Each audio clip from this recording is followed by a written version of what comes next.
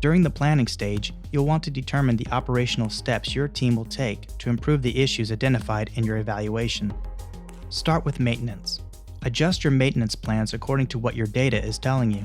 Different products and conditions affect wear on your machines, so it's important to identify top maintenance issues that need to be either monitored or addressed during the shift. Schedule any preventative maintenance or checkups that may be required based on breaks in the production schedule. Next, set the targets for future shifts and jobs. Using lessons you've learned in the evaluation stage, you can adjust the targets according to the actual capacity or job requirements. Ensure the targets are realistic and that all shifts understand their targets.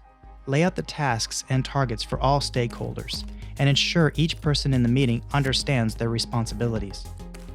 Visual Factory can record scrap numbers and reasons, but you want to get out ahead of any issues before they start costing money.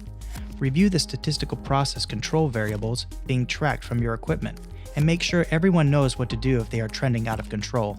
These can also be added as widgets in the equipment list, so that you can quickly view them whenever you want. Lastly, you'll need to ensure that you have the tools you need to execute the plan.